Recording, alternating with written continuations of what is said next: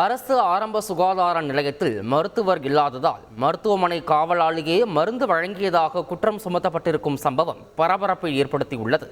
ஆற்காடு அடுத்த அயிலம் பகுதியைச் சேர்ந்த தம்பதி சாது ஜாய் மசி தம்பதி இருவரும் தங்களின் 15 வயது மகளான ஜஸ்டினாவை கடும் வயிற்றுப்போக்கு ஏற்பட்டதால் அருகில் உள்ள அருங்குன்றம் ஆரம்ப சுகாதார நிலையத்தில் அனுமதித்துள்ளனர். அப்போது மருத்துவரும் செவிலியரும் பணியில் இல்லை என கூறப்படுகிறது. இந்நிலையில் மருத்துவமனை காவலாளியே சிறுமிக்கு மருந்து வழங்கியதாக குற்றம் சாட்டப்பட்டிருப்பது அதிர்ச்சியை ஏற்படுத்தியுள்ளது. இது தொடர்பான வீடியோவும் வெளியாகி பரவி வருகிறது. ஒரு எமர்ஜென்சினா யார் பார்ப்பாங்க? இப்போ ஒரு எமர்ஜென்சினா யார் இங்க பார்ப்பாங்க? இப்போ அந்த பொண்ணுக்கு லூஸ் மோஷன் வாந்தி ஆகுது. நீங்க யாரு கொடுத்து மாத்திரை? நீ ஆனா வாட்ச்மேனா இருக்கீங்க, ஏன்னா மாத்திரை தரீங்க? உங்க வேலையானா அது? உங்க வேலையா அது?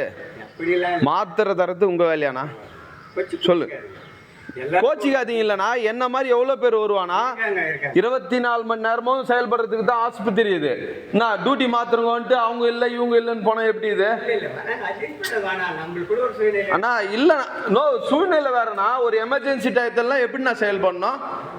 இந்த பாருங்க, இது வந்து அருகுன்றம் கவர்மெண்ட் ஹாஸ்பிட்டல் 24 ஹவர்ஸும் செயல்படுதுன்றாங்க. ஆனா இதுல வந்து டாக்டரும் இல்ல, நர்ஸும் இல்ல. இந்த விவகாரம் குறித்து ராணிப்பேட்டை மருத்துவ மற்றும் ஊரகத்துறை இயக்குனர் விளக்கம் அளித்துள்ளார்.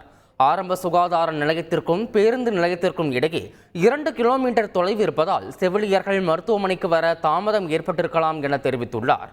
மேலும் குற்றம் சுமத்திய நபர் மது போதையில் இருந்ததாகவும் அரசை களங்கப்படுத்தும் நோக்கில் இவ்வாறு அவதூறு பரப்பியதற்கு அவர் மீது நடவடிக்கை எடுக்கப்படும் எனவும் தெரிவித்துள்ளது குறிப்பிடத்தக்கது.